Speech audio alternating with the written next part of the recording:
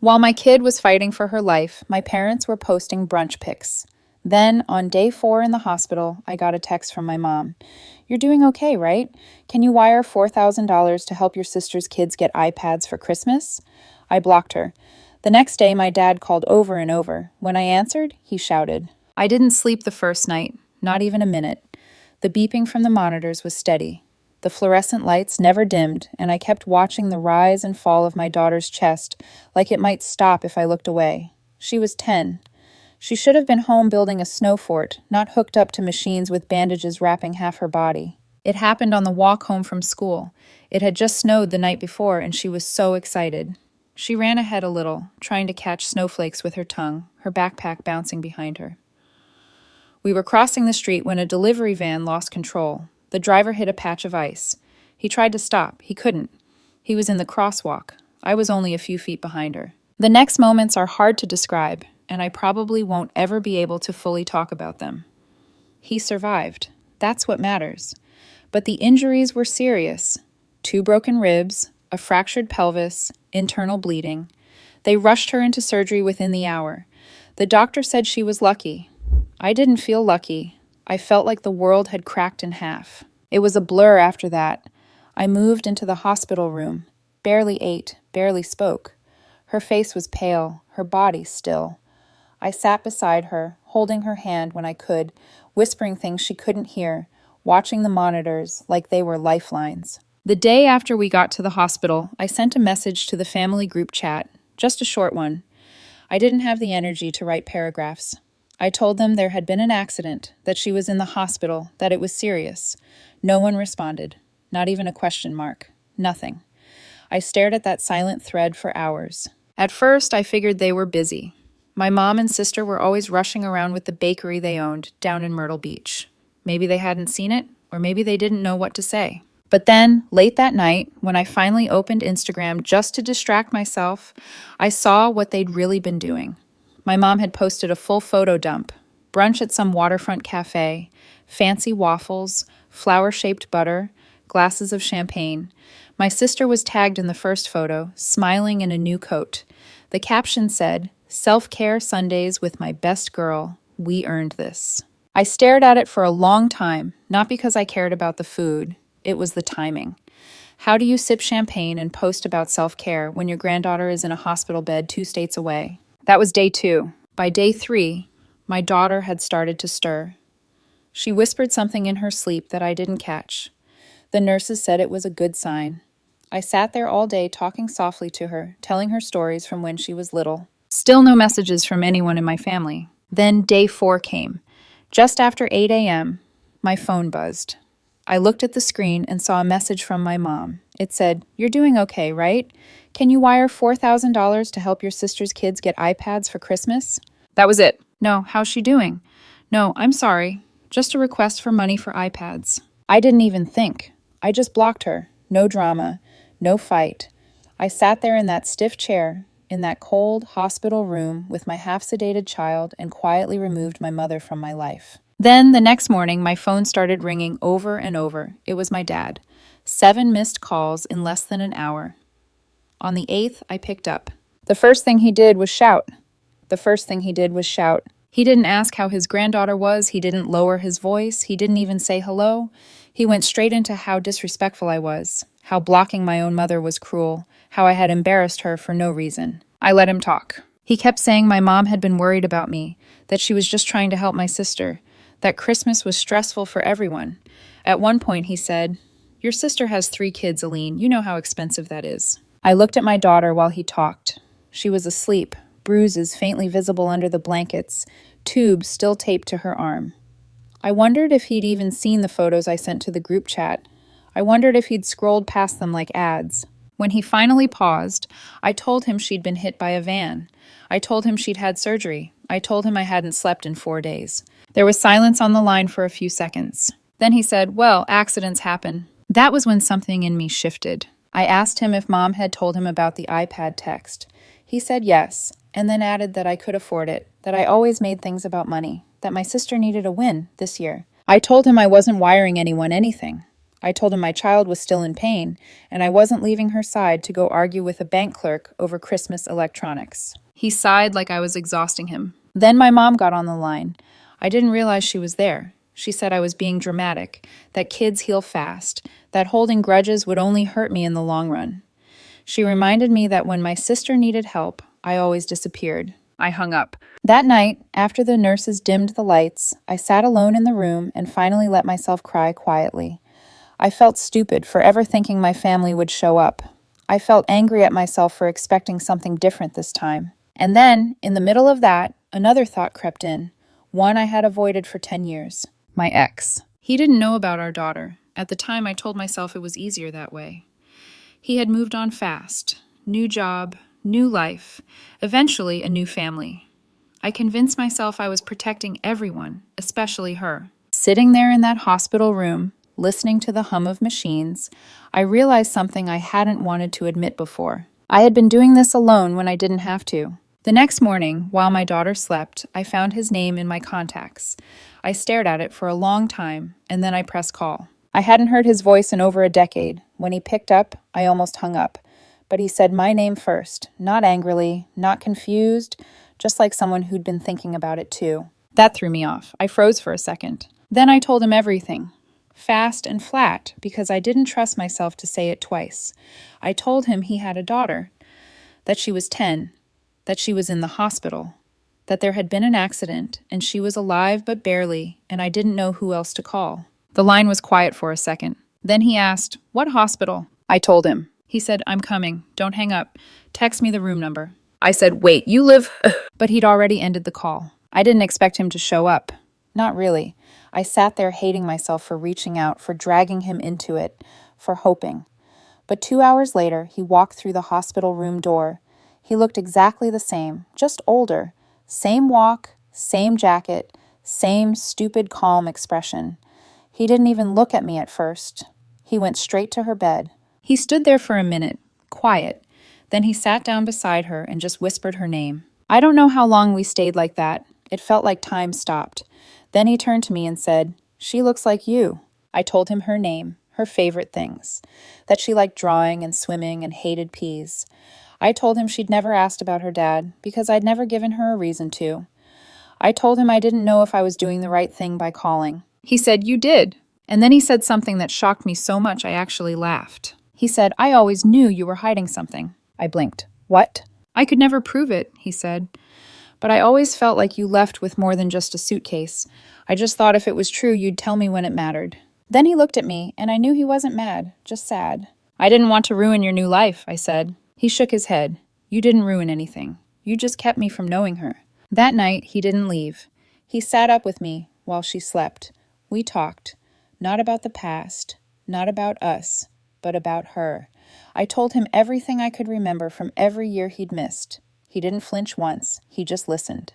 The next morning, he called his wife. I expected a fight. I expected her to scream or cry or demand he come home. Instead, she said, "Then you need to be there. We'll figure the rest out later." That shocked me even more than the fact that he showed up. He stayed 3 nights in the hospital. On the 4th, my mom tried calling again from a different number. I declined. Then I got a message from my sister. "If you think this little stunt gets you out of Christmas, think again. You owe Mom an apology." Before I could even respond, he took my phone, texted back one sentence, and blocked her. He handed it back and said, "You don't owe them anything." Then he smiled and said, "But you do owe me a picture of her first birthday. I'm not leaving without it." And for the first time in weeks, I laughed. We got to go home 5 days before Christmas. She still needed help walking.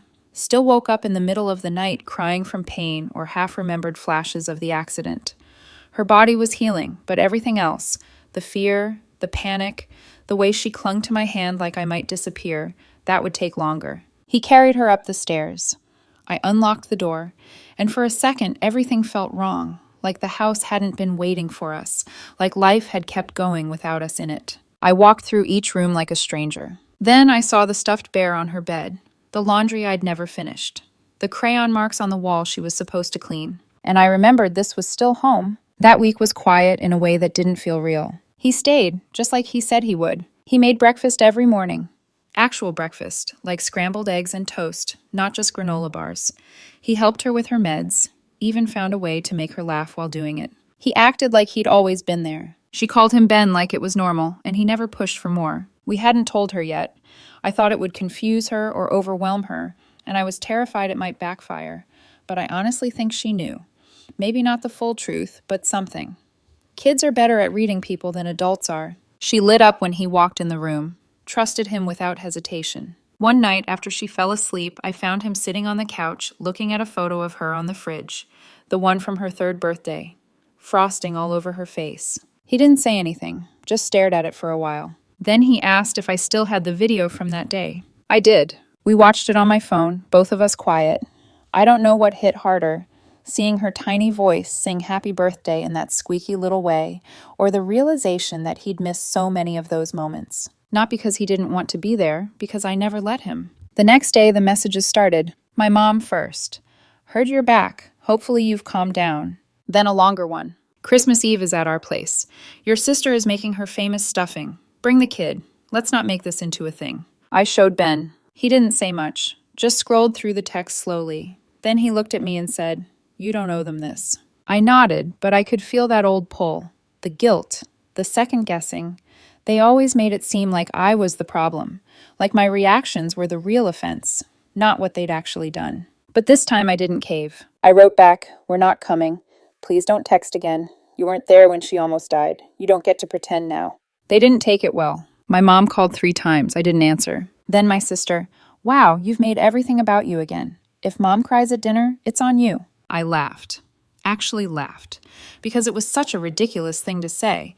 Like I hadn't been the one crying alone in a hospital chair while they posted brunch photos. Ben said, "Want me to respond?" I told him, no, it wasn't worth it anymore. I turned off my phone and got back to wrapping presents. Most of them were small. Books, puzzles, socks. One tiny art kit I'd found on sale. She didn't care. Just seeing the tree lit up made her smile. Then, on December 23rd, just after sunset, the doorbell rang. I assumed it was a delivery. I opened the door without checking. It was Ben's wife. She stood on the porch in a long coat, holding a tray of cookies in one hand and a Target bag in the other, packed full of gifts. She smiled and said, "Hi. So, he told me everything." I froze. She kept going. "I'm not mad. I mean, I was, for about 2 hours. But then I saw the photos. I saw her. And I figured, if you're not going to your family for Christmas, maybe you could come to ours for 2 hours." She held out the cookies. "Besides, babe," she added, "the kids already made a spot for her at the table." I stood there in the doorway, not saying anything. My brain was still catching up. Ben's wife just smiled, patient. Like she knew it would take me a minute. Like she understood something I didn't even understand yet. Behind me, I heard little footsteps. My daughter peeked around the corner, holding the stuffed bear she hadn't let go of since the hospital. She looked at the woman on the porch, then up at me. "Is that the cookie lady?" Ben's wife laughed. "I guess I am now." We didn't go that night. I still wasn't ready. But she didn't leave empty-handed. She gave my daughter a gingerbread man and promised to come back tomorrow. "But only if you save me one piece of that art kit magic I keep hearing about." Christmas Eve came fast. Ben asked again gently if we wanted to go. I said maybe. He didn't push, just packed the car like we were going anyway. And I surprised myself by saying yes. We drove through a quiet neighborhood filled with twinkling lights and those inflatable yard decorations kids always point at. My daughter leaned her head against the window the whole ride, watching every blinking snowflake. Ben's house, their house, was nothing like mine. Bigger, newer, decorated like a Pinterest post. But the moment the door opened, it didn't feel cold. His wife met us at the door again, wearing an apron with flowers on it. Her 2 boys ran past her, yelling something about a game. She smiled like it wasn't chaos. Inside, it smelled like cinnamon and roast chicken. Someone was playing Christmas music. The boys dragged my daughter to the tree immediately and showed her how to make paper snowflakes with scissors that barely cut. Ben stood next to me in the doorway. We didn't say anything, just watched her fold herself into this new place like she'd always belonged. Dinner was awkward at first. Of course it was. I was sitting across from a woman I had unintentionally blindsided with the existence of a whole child. I was sharing a table with her sons who didn't know yet that the girl eating mashed potatoes next to them was their half-sister. But then, in the middle of dinner, one of the boys looked up and said, "She's kind of cool. Can she come over next week too?" Everyone laughed, even me. And just like that, it felt different. Like the air in the room shifted. My daughter was glowing. For the first time in weeks, she wasn't in pain or scared or asking if I was okay. She was just a kid again. After dinner, while the kids played with their new puzzles and the grown-ups sat with coffee, Ben pulled out his phone and showed his wife a video from the hospital. Just a short one. Our daughter drawing with trembling hands, smiling like nothing had ever gone wrong. His wife watched it all the way through. Then she looked at me and said, "You know, we never thought we'd have a daughter, but I think maybe we do now." I didn't cry. Not then. I waited until later, when the kids were asleep on the couch and Ben offered to drive us home. I looked at them, all three tangled under a blanket, and said, "No rush." So we stayed a little longer. We ended up staying the night. It wasn't planned. I hadn't brought pajamas or a toothbrush, and my daughter only had the clothes on her back and the stuffed bear tucked under her arm. But no one made a big deal about it. The kids had fallen asleep on the couch in a pile. My daughter in the middle, a peppermint still stuck to her sleeve. Both boys leaning against her like they'd been siblings their whole lives. Ben's wife came over with a blanket and covered them all without saying a word. Then she looked at me and said, "You're not driving home in this snow." It had started falling again, thick and quiet. The streets were already turning white. I opened my mouth to say I'd be fine, but she cut me off before I could start. "I made up the guest room. You're staying, no arguing." So I stayed. Lying in that room, warm, quiet, unfamiliar, I couldn't stop thinking about how strange it all was. This wasn't supposed to be our Christmas. A month ago, I was bracing for another lonely holiday with a half-decorated tree, discount presents, and silence from my own family. And now I was falling asleep in the house of a woman I barely knew, next to the man I used to love, listening to the sound of our daughter, snoring softly in the next room. I thought I'd feel like an outsider, but I didn't. In the morning, I woke up to chaos. Happy chaos. Paper ripping. Kids yelling, someone shouting, "He got the dinosaur!" And then the sound of little feet racing down the hall. I walked out and found the three of them sitting around the tree, half-dressed, already knee-deep in wrapping paper. My daughter was holding a drawing kit, one of the good ones, and showing it off like it was treasure. Ben's wife handed me coffee. Real coffee, hot, not burnt hospital sludge. "Welcome to Christmas," she said. We watched them open gifts. There were extras for my daughter, wrapped and labeled with her name. Thoughtful ones. A scarf in her favorite color, a hoodie with her favorite animal, a set of paints with glitter that made her gasp. None of it was extravagant. It was just right. Ben sat down next to the kids and said, "Okay, so we need to tell you something cool." I tensed for a second. He looked at me, made sure I was still good with this. I nodded. Then he told them the girl they'd spent the last 24 hours playing with was their sister, that they had a sister, that I was her mom. There was silence for a moment. Then the older boy grinned and said, "Wait, for real?" Ben nodded.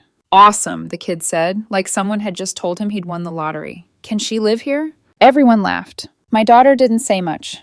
She just leaned against Ben and didn't move for a long time. Later, when things had quieted down, Ben walked me to the car. The snow had stopped, but everything was white and still, like the world was holding its breath. He glanced toward the house, then at me. "You could stay," he said. "I mean, not just tonight. Really stay. We could figure it out if you wanted to." I didn't answer right away. I didn't know. Not yet. Everything was still too new, too fragile. But something had changed in me. I felt it. Not just because he showed up, but because they did. All of them. They made room for us without asking for anything back. No guilt, no manipulation, no backhanded comments. Just room. I looked at the house, at the window where 3 kids were still waving at us, at the woman who had baked for my daughter like she was her own, at the man who had dropped everything the moment he knew she existed. And for the first time in years, I believed it. We weren't alone anymore. Maybe this wasn't the Christmas I planned, but maybe, just maybe, it was the one we were meant to.